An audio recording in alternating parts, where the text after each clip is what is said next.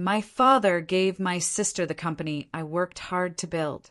I stepped away, teamed up with our largest client, and watched the firm that overlooked me crumble without me. Have you ever poured your entire being into something, sacrificing everything, only to have the ultimate prize snatched away and handed to someone else? Imagine building an empire, brick by painstaking brick for 14 long years, and then watching it get tossed to your sister, who barely lifted a finger. What would you do? Walk away? And what if that empire started to crumble the moment you did? For 14 years, I bled for Matthew's commercial construction, my family's firm. I started as a grunt, a summer worker at 22, then learned estimating while still in college. After graduating with an engineering degree, I clawed my way up, eventually becoming the operations manager. While I was here busting my ass, building, growing, sacrificing, my sister, Clara, was off in New York, living her best life, pursuing marketing and taking infrequent vacations. Then one day it all changed. Ethan, my father's voice cut through my thoughts, sharp and paternal. Did you hear what I said? I blinked, pulling myself back to the boardroom, focusing on the three faces staring at me. My dad, my mom, and Clara. Sorry, what? I asked, feeling a strange tension in the air. This doesn't change your position with the company, Dad reiterated, his tone almost placating, like he was doing me a favor. You'll still be operations manager. Clara will be taking over as CEO when I retire next year. Your role is secure. Clara, 2 years younger than me at 34, beamed. It wasn't a malicious grin, but it held a mix of sympathy and undeniable triumph. The assurance of someone who'd just been handed the keys to the kingdom, which, I realized with a sickening lurch, was exactly what had happened. Ethan, she said softly, her voice dripping with practiced tenderness, I hope you know how much I value your expertise. I couldn't do this without you. I just stared at her. Did she truly believe that? Clara had worked for the company for exactly 1 year. 1 year versus my 14. Why? The question slipped out before I could stop it, raw and unfiltered. Why Clara and not me? The room went silent. You could practically hear a pin drop. Our lawyer, Logan, suddenly became extremely interested in organizing his briefcase. My mother's smile tightened, almost disappearing. Dad cleared his throat, avoiding my gaze. Ethan, we've discussed this. Clara has the vision for where the company needs to go. She's better with people. The clients love her. You're brilliant with operations, with the technical side, but I'm not CEO material. I finished for him, the words tasting like ash. That's not what I'm saying, he argued, but his eyes were still wandering, refusing to meet mine. Mom stepped forward, her voice sweet but firm. Darling, you're a crucial part of the company. You can still help from behind the scenes. Clara will need your support. Behind the scenes. The statement hit me like a physical blow. That's where I've always been, right? Always the one making things happen, while others took the credit. Clara stood, came over, and clasped my hands in hers. Ethan, this partnership will be amazing. You know the operations inside and out, and I can bring in the big clients. We'll be unstoppable together. I looked into her eyes. They were the same hazel as mine and our father's, and all I saw was genuine confidence. She truly believed she deserved it. Congratulations, I finally managed to say, gently pulling my hands away. If you'll excuse me, I have work to finish. I turned and walked out of that conference room, ignoring my mother's frantic calls for my name. The familiar hallway of Matthew's commercial construction felt alien, as if I were seeing it through a stranger's eyes. Photographs lined the walls, construction projects, ribbon cuttings, handshakes with major clients. Dad was in most of them, Clara in several recent ones. I searched, almost desperately, but couldn't find a single one of me. Behind the scenes, always. That night, I sat on my balcony, a bottle of whiskey for company, and my laptop open to project files. The city lights twinkled below like scattered diamonds. In the distance, I could see so many buildings we'd built, including the recently completed Harrington Tower, our largest project to date, the one that had truly put Matthews on the map for huge commercial developments. The Harrington project had been my baby. I'd been up for 3 days straight, crafting that bid, calculating costs down to the last penny, even devising the novel construction technique that won us the contract over companies twice our size. Dad was the face, of course, but the content? All mine. My phone buzzed. A text from Clara. Hey, bro. I know today was a shock. Let's grab lunch tomorrow and talk through the transition. I value your input more than anyone's. I took another long, slow swallow of whiskey. I didn't respond. My computer beeped again. Another email. Urgent. West Side development issue. Always something. Always requiring my attention. I'd been working 70-hour weeks for years. Holidays on job sites. Vacations cut short by emergency calls. Personal relationships sacrificed for the family business. All because I genuinely believed that one day it would all be mine. What a fool I'd been. I shut down my laptop and leaned back, staring up at the night sky. A conclusion was forming in my head, becoming clearer with each passing moment. If I wasn't going to inherit the company, if all my efforts were worth so little to my family, maybe it was time to reevaluate my dedication. No more 70-hour weeks. No more emergency calls in the middle of the night. No more sacrificing my life for Matthew's commercial construction. From now on, I would work my scheduled hours. No more, no less. I'd take my weekends. I'd use my vacation days. And most importantly, I would start quietly exploring other options. The idea should have terrified me. Instead, it felt like pure, unadulterated freedom. The next morning, I strolled into the office at 8 a.m. sharp, almost an hour later than my usual insane start time. Several employees did double takes as I walked past, coffee in hand. Everything okay, Ethan? Grace, our receptionist who'd been with the company longer than me, asked hesitantly. Never better, I said, giving her my most charming, easy smile. Beautiful morning, isn't it? My office was already a war zone of messages. For voicemails from superintendents, 16 emails marked urgent, and 3 project managers practically camping outside my door. I greeted the PMs, listened to their issues, and gave them clear, unambiguous advice in 40 minutes flat. No hand-holding. No internalizing their problems as my own. Just efficient management. Clara appeared at my doorway at midday. Ready for lunch? Can't today, I replied, staring at my computer screen. I've got plans. She paused. Oh, I thought we were going to discuss the transition. Nothing to discuss, I said, keeping my voice neutral. You're the heir. I'm operations. Business as usual. Ethan, she said, using that cajoling tone she'd honed since childhood, the one that usually got her what she wanted. Don't be like this.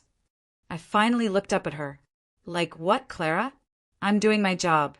Exactly my job. Nothing more, nothing less. She scowled, studying me intently. Dad mentioned you haven't returned his calls.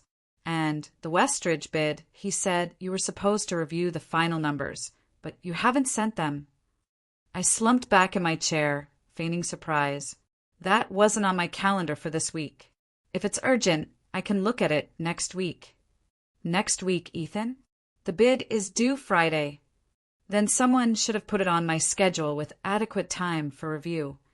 I shifted my attention back to my computer. I'm sure you can handle it, though.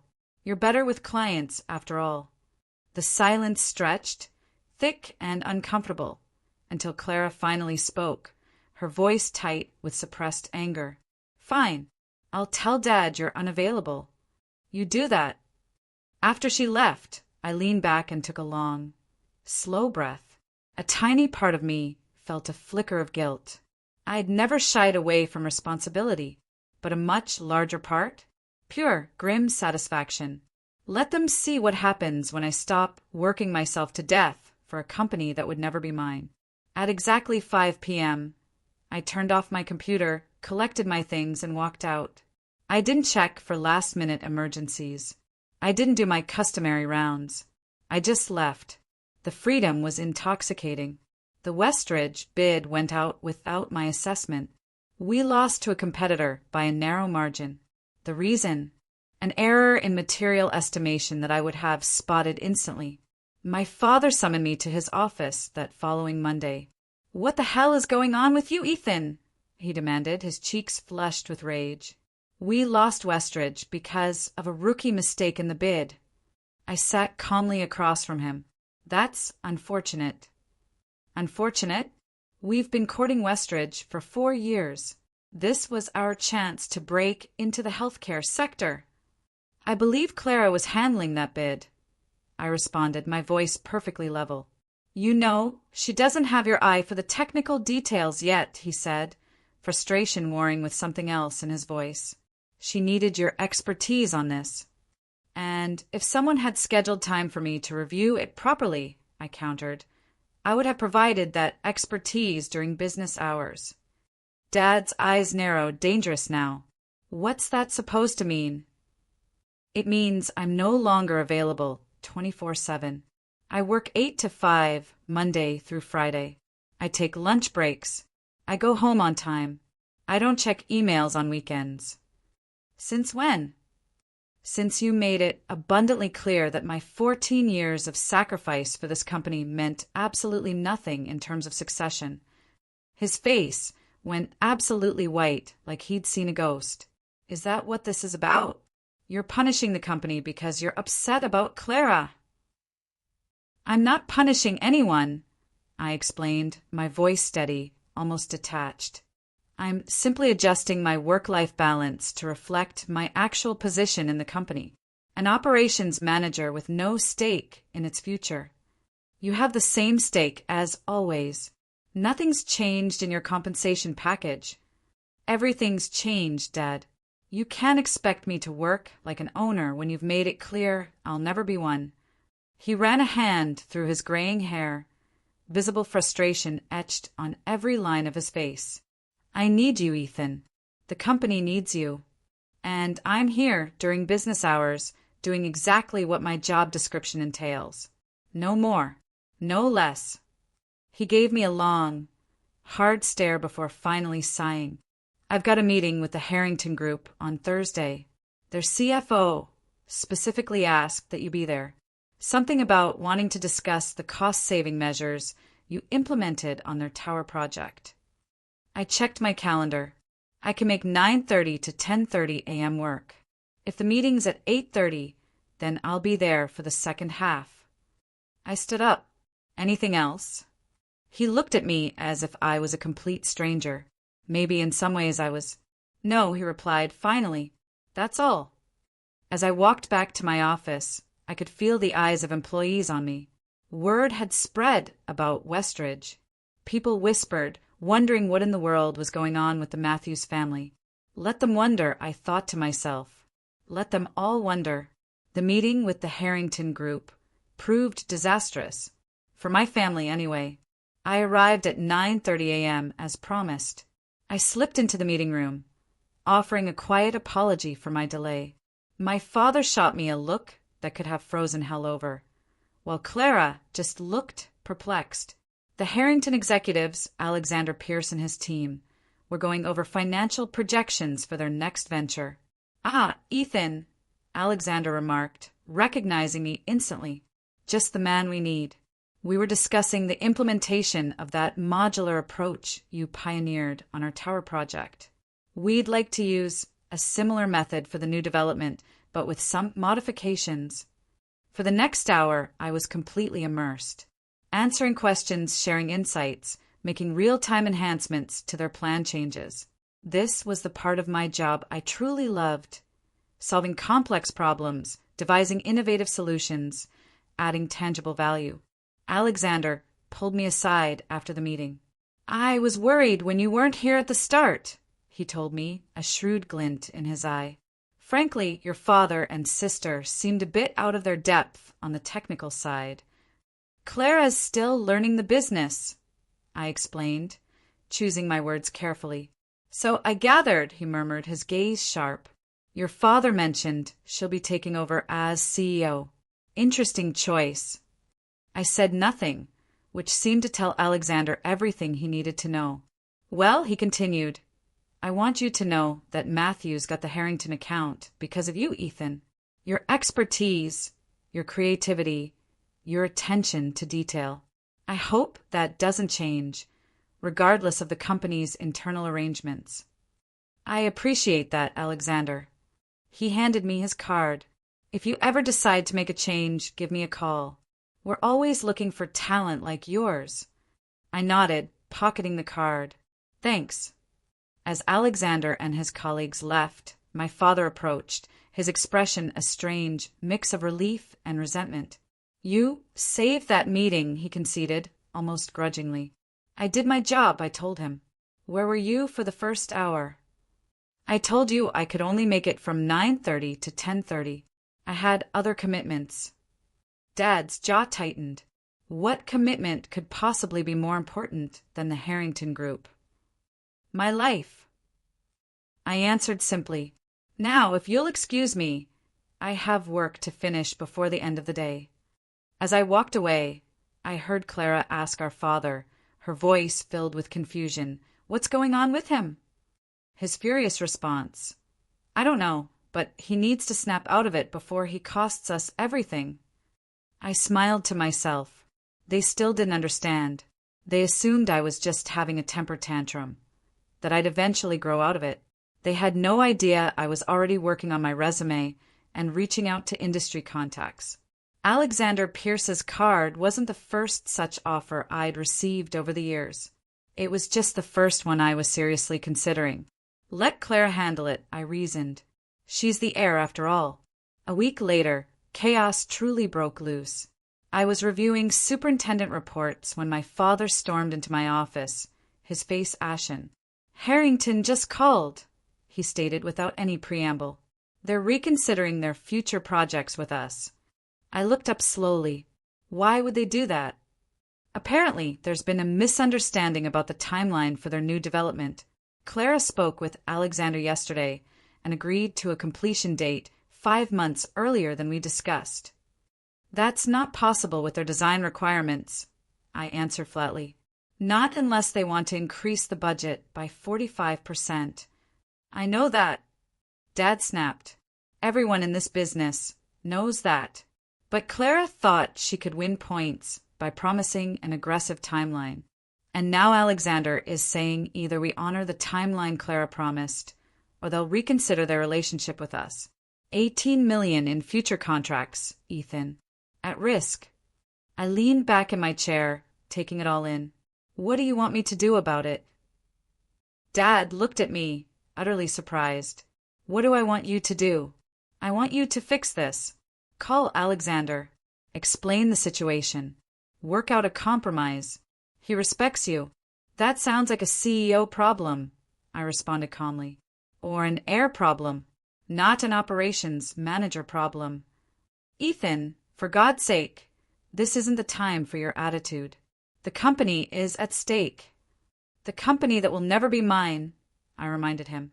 The company you've made clear belongs to Clara's future, not mine. So let Clara handle it. She's the heir, right? My father's face, in a fit of rage, regained its color, burning red. Is that what this is about? You're willing to let our biggest client walk away because your feelings are hurt. My feelings aren't hurt, Dad. I've simply adjusted my investment in this company to match its investment in me. He ran his hands through his hair, utterly defeated. What do you want? A title? Fine. We'll make you co-CEO with Clara. No, I replied gently. I don't want a consolation prize. What I wanted was for my 14 years of sacrifice to mean something. What I wanted was for you to see my value before you were in crisis. Now it's too late. Dad's expression shifted from anger to genuine fear. You can't mean that. This is your family, your legacy. No, I corrected him. It's Clara's legacy now. You made that decision, not me. He opened his mouth to reply, but his phone rang. He glanced at the screen and cursed under his breath. "It's Alexander." "Good luck," I replied, turning back to my work. Dad paused in the doorway, looking bewildered in a way I hadn't seen before. Then he answered the phone and was gone. I sat in the solitude of my office, a peculiar emptiness forming within me. I should have felt vindicated, my predictions coming true so swiftly. Instead, I felt hollow. This company had dominated my life for so long. Watching it falter should have hurt even more than it did. Perhaps I had already detached myself. Maybe that was a good thing. The Harrington crisis was only the beginning. Over the next month, 3 more significant contracts failed due to client management errors. Clara, despite her supposed people talents, was drowning. She didn't grasp the technical limitations that dictated our pricing and timelines. She made promises our teams couldn't keep. She prioritized chasing new clients over maintaining existing ones. Meanwhile, I delivered exactly what I promised. No more, no less than my position required. I efficiently managed operations during business hours. I didn't attend nighttime client dinners. I didn't work weekends to save failing projects. I didn't offer solutions to problems that weren't directly under my scope. I watched the catastrophe unfold with detached curiosity, like observing a slow-motion car crash from a safe distance. Then, one Sunday afternoon, my mother showed up at my apartment. She'd never done that before. When I answered the door, the worry lines around her eyes were the deepest I'd ever seen. "May I come in?" she asked, her voice small. I moved aside and gestured her in. My apartment was sparsely furnished. I hadn't spent much time here before, always working. But now that I'd reclaimed my evenings and weekends, I was starting to make it feel like home. One wall was lined with new bookcases, filled with engineering texts and novels I'd meant to read for years. A half-finished model of the Harrington Tower sat on my dining table. Mom spotted it right away. "You're building a model of the tower?" "Just a hobby," I replied with a shrug. "Something to do with my free time." She ran her fingers along the table's edge, avoiding my gaze. "Your father is worried sick. The company is in trouble, Ethan." "I'm aware." "Clara is trying her best, but she's not qualified to run a construction company. I finished for her. She never was." Mom's eyes blazed. "That's not fair.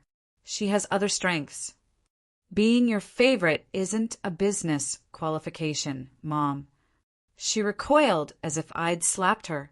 "Is that what you think? That we favored Clara? Didn't you?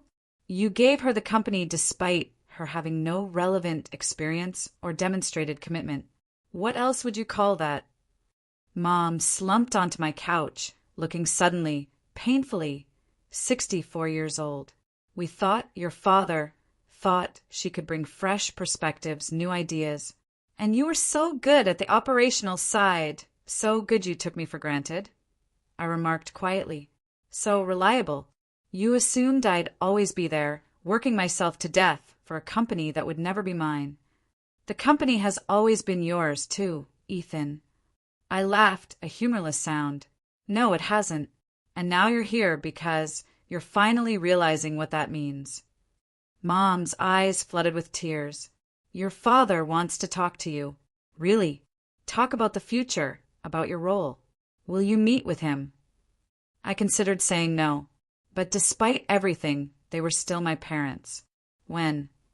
"Tomorrow evening. Dinner at the house." She stood, went toward the door, then hesitated. "He's not sleeping, Ethan. None of this is easy for him." "It's not easy for me either," I explained. "The difference is I've had 14 years to get used to disappointment. After she left, I went to my Harrington Tower model. I meticulously glued tiny pieces together, ensuring each component was correctly placed, each connection secure.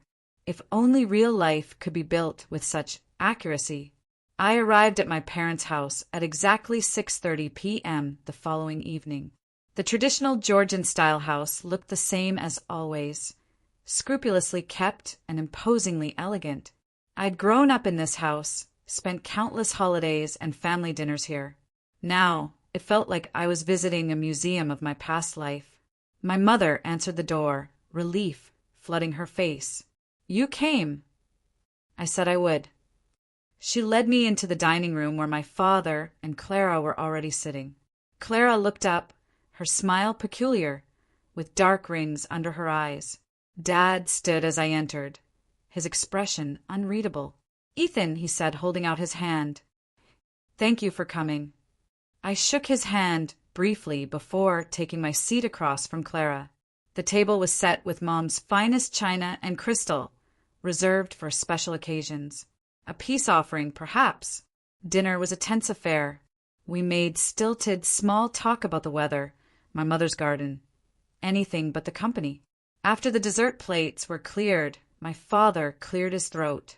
"I think we should discuss the situation at Matthew's construction," he told me, his gaze fixed on mine. "What situation is that?" I inquired, though we all knew. Dad's jaw tightened. "We've lost 3 significant contracts in 6 weeks. The Harrington Group has threatened to cut their future projects with us. Subcontractors are concerned about our stability. The dilemma, Ethan, is that the firm your grandfather started, which I helped build into what it is today, is in serious risk of failing." "And you think that's my fault?" "I think you could help prevent it if you wanted to," he said evenly. Clara leaned forward, her composure crumbling. "Ethan, I know I messed up. I'm in over my head, and I can admit that. But this is our family legacy. Please, don't let it fall apart because you're angry with us." I looked at my sister's face, seeing genuine grief and a raw, newfound humility. "It's not about anger, Clara. It's about value, about recognition. We recognize your value." Dad emphasized, almost pleading. "That's why we're here. We need you back. Fully committed." "On what terms?" Dad exchanged a quick glance with my mother. "Equal partnership with Clara. Co-COS with a clear division of responsibilities. You handle operations, technical oversight, project management. She handles business development, client relations, marketing. And succession?" I pressed. "What happens when you fully retire?" "The 2 of you will share ownership. 60/40ths. I sat back, considering the proposition. It was more than I had anticipated, a complete reversal of their previous decision, but it felt hollow. This wasn't a recognition of my worth. It was a panicked reaction to a crisis. Why the change of heart? I inquired, my voice deceptively soft. 8 weeks ago, Clara was the clear heir. What's different now, besides the company being in trouble? Dad's expression tightened, frustration returning. "You want me to say I was wrong? Fine. I was wrong. I underestimated how crucial your specific expertise is to the company's success. I overestimated how quickly Clara could learn the business. I made a mistake in judgment. Is that what you need to hear?" "David," my mother said, resting a hand on his arm. I shook my head slowly. What I needed was for you to see my value before the crisis, to recognize my 14 years of dedication before everything started falling apart, to choose me because I earned it, not because you're desperate. "So, what are you saying?" my father demanded, his voice rising. "You'll let the company fail out of pride?" "No," I responded. "I'm saying I'm done working for Matthew's construction." The hush that followed was absolute. Clara's face crumpled. Mom's hand flew to her mouth. Dad simply stared, incredulity etched on every line of his face. "You can't mean that," he finally said, his voice barely a whisper. "I do." I reached into my jacket pocket and pulled out an envelope, placing it on the polished dining table. My formal resignation, effective 3 weeks from today. I've accepted a position with Harrington Development as their new Chief Operations Officer. Harrington. Dad's voice was scarcely audible. "You're going to work for Alexander?" He made me an offer I couldn't refuse. full executive authority over operations, a significant ownership stake after 5 years, recognition of my expertise and value from day one, not as a desperate afterthought. Clara found her voice, a choked gasp. "You're abandoning us. Your own family." "No, Clara," I said, looking directly at her. "The family abandoned me when you decided I was only good enough to work behind the scenes while you took center stage. I'm simply recognizing that reality and making the best choice for my future." Dad pushed away from the table, rage replacing shock. "So that's it. 14 years and you just walk away? To our biggest competitor, no less." "I gave Matthews Construction 14 years of my life, Dad. 70-hour weeks, holidays, weekends, personal sacrifices you can't even imagine. And when it came time to decide the future of the company, you didn't even consider me. You just assumed I'd keep working myself to death to support Clara's inheritance. We've offered to fix that mistake." Mom cried out. "Equal partnership, equal ownership." "Too little, too late," I murmured, rising from my chair. "Ethan, please," Clara said, her voice breaking, actual tears now streaming down her face. "We can work this out. The company needs you. I need you." I looked at my sister intently. The golden child, the favorite, always the focus of attention. For the first time I saw terror in her eyes, fear, and the dawning understanding that she was profoundly, hopelessly out of her element. "You should have thought of that before you accepted a company you weren't qualified to run," I said softly, almost kindly. "Actions have consequences, Clara. Welcome to the real world." As I turned to leave, my father's voice stopped me at the door. "If you walk out now, don't expect to be welcomed back," he added, his voice heavy with sorrow. "You're choosing to become our competitor. There's no coming back from that." I paused, my hand on the doorframe. "I'm not your enemy, Dad. I'm just not your safety net anymore. You made your choice, and now I've made mine." The drive home felt surreal, lighter than I had in years, like a burden I'd carried forever had finally been lifted. There was also a flicker of sadness, knowing our family relationships would never be the same, and grief for the dream of leading Matthews Construction, a dream that had died 8 weeks prior. But mostly there was excitement, a new beginning, a chance to be recognized for my abilities, to create something on my own terms. My phone buzzed with texts from Clara and my mother, pleading with me to rethink. I silenced it, placing it in the passenger seat. Their terror was no longer my responsibility. After 14 years, I was finally free. My 3-week notice period was, to put it mildly, agonizing. My father rarely spoke to me, communicating only via terse emails when absolutely necessary. Clara swung between anguished appeals and icy silence.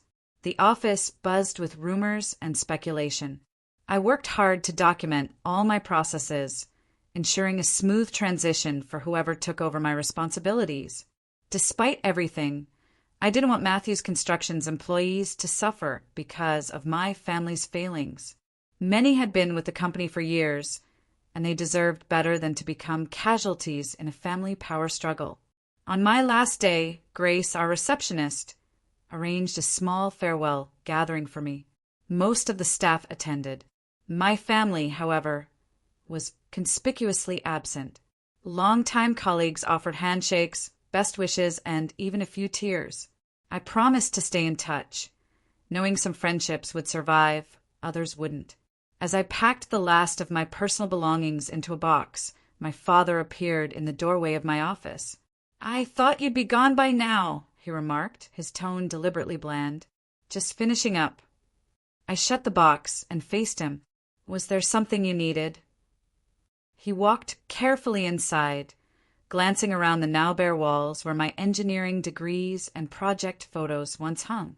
"The Harrington Group officially notified us they won't be pursuing additional projects with us." "I'm sorry to hear that." "Are you?"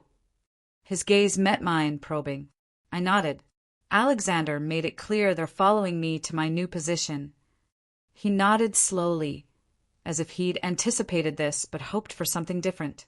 You always were a man of your word. That's something I always admired about you. He extended his hand. After a brief hesitation, I shook it. Good luck, Ethan. I mean that. Thank you. I wish the same for Matthew's construction. As he turned to leave, he paused in the doorway. The door is always open, you know, if things don't work out at Harrington. If you ever want to come home. This isn't my home anymore, Dad. You made sure of that. He flinched slightly and nodded, defeated. Goodbye, son. Goodbye, Dad. After he left, I stood in the empty office for a long time, memories flooding through me. My first day as operations manager, the late nights poring over bids, the jubilation when we won the Harrington Tower contract. So much of my life had been lived within these walls. But that chapter was closing. It was time to write a new one. I picked up my box and walked out, nodding a final goodbye to Grace as I passed the reception desk. Outside, the afternoon sun shone brightly, and the future stretched before me like an open road. My phone vibrated in my pocket. Alexander Pierce, probably calling to confirm my Monday start date. As I carried my box to the car, I glanced back at the Matthews construction sign over the door. The family name that had defined me for so long. My heritage. My burden. My almost legacy. Not anymore. I got in my car and drove away without looking back. I was no longer playing a supporting role in my own story. No longer taken for granted, but valued for who I was and what I could achieve. It wasn't the ending I had envisioned for myself. It was better. A start of my own making. Let Clara handle Matthew's construction. She was the heir after all. But I was finally free. 8 months later, I stood in Alexander Pierce's office, overlooking the metropolitan skyline. The Harrington Tower glittered in the afternoon sun, a testament to what I could achieve when my abilities were recognized. The board approved the expansion plan, Alexander explained, sliding a document across his desk. They were particularly impressed with your efficiency projections. We're greenlit for the West Coast offices. I scanned the reports, a sensation of genuine accomplishment filling my heart. In half a year, I had revolutionized Harrington's operations, streamlining processes and implementing innovations that boosted profitability by 25%. That's great news, I said. When do we break ground? Next month. And they want you to oversee the initial setup personally. Alexander sat back in his chair, studying me. You've exceeded every expectation, Ethan. I knew you were good. But this, he pointed to the performance reports on his desk. This is exceptional. Thank you for the opportunity to prove it. No need for thanks. In business, recognizing talent is just good sense. He hesitated, his expression becoming curious. Have you heard from your family lately? The question took me off guard. I'd managed to avoid thinking about Matthew's construction, my parents, or Clara for weeks at a time. Not directly, no. I heard through the grapevine that they're struggling. Lost the Westmore project to Klein and Associates last week. I nodded, experiencing a complex mix of emotions. Satisfaction, definitely, but also a small tinge of sorrow. Not for my decision to leave, never, but for the shattered family relationships that resulted from it. They made their bed, I finally said. Alexander nodded thoughtfully. Indeed, they did. Still, family is complicated. Alexander's remarks stuck with me as I drove home that evening. Family was complicated. Despite everything, there were times when I missed Sunday dinners at my parents' house. The easy conversation with Clara before business intervened. The sense of belonging to something larger than my own existence. My phone rang through the car speakers, a number I didn't recognize. Hello, Ethan? It's Grace. Grace. From Matthews. My former receptionist. Grace, good to hear from you. How are you? I'm fine, she paused. But I thought you should know. Your father had a heart attack last night. The earth seemed to tilt on its axis. Is he? He's stable in the hospital. They're saying it was stress-related. Her voice softened. The company's in trouble, Ethan. Real trouble. Your sister is in over her head, and your father's been working himself to the bone trying to keep things afloat. Why are you telling me this, Grace? Because despite everything, they're your family. And because there are 45 families who depend on Matthew's construction for their livelihoods. Good people who had nothing to do with how you were treated. After we hung up, I sat in my car, watching the sunset paint the sky with orange and pink. 8 months ago, I had left Matthew's construction without looking back, resolved to establish myself somewhere new. I'd exceeded my greatest aspirations. I had nothing more to prove, not to my parents, Clara, or even to myself. Perhaps that's why, for the first time since leaving, I allowed myself to seriously consider what was happening at my family's company, not with satisfaction for their difficulties, but with an objective assessment of the situation. Matthew's construction was failing. My father was in the hospital. Dozens of families faced an uncertain future. And while none of that was my responsibility and I'd earned the right to say, "Let Clara handle it," I found I couldn't simply ignore it. Not because I owed anything to my family, not because I forgot their betrayal, but because the betrayal no longer defined me. I'd moved on, built a new life, and demonstrated my value. I was no longer pained, and I was acting from a position of strength. I picked up the phone and dialed Clara's number. It rang 3 times before she answered, her voice thin and exhausted. "Ethan, is that you?" "It's me." Grace called about Dad. "How is he?" "Stable." Her voice was fatigued. "The doctors say he needs to reduce his stress levels dramatically." "And the company?" After a brief pause, a raw sob. "It's bad. We're going to lose the Miller contract next week unless we can somehow cut costs by 12%. 3 project managers have quit. Suppliers are demanding payment up front because they've heard rumors we're going under." Her voice cracked. "I don't know what to do, Ethan. I'm in so far over my head." 8 months ago, such remarks would have made me feel utterly vindicated. Now they just made me sad. "I'm headed to the hospital," I finally said. "We should talk. About Dad. About the company. About options for everyone involved." "You do that? After everything?" I reflected on Alexander's words about family being complicated, the thrill of proving myself at Harrington, and those 45 families relying on Matthew's construction. "I'm not making any promises," I explained gently. "But yes, I'll come talk." As I got back on the road, I realized something essential. True freedom meant more than just fleeing the past or proving one's value. It was about choosing your path ahead from a position of strength on your own terms. It might even mean circling back at times. Not back where you started, but somewhere new, built on the old. I wasn't sure what would come of my conversation with Clara. Maybe nothing. Perhaps a consultancy agreement could help stabilize the company. Maybe something else entirely. What I did know was that whatever happened next would be my decision, made not out of desperation or obligation, but with the confidence of someone who knew exactly what they were worth. And that, more than anything else, was the actual victory, living well on my own terms with the freedom to pick my own way ahead. Have you ever faced a moment where you had to choose between family loyalty and your own self-worth, especially when it meant walking away from something you helped build? What would you have done in my shoes? Let me know in the comments below. I'm really curious to hear your thoughts.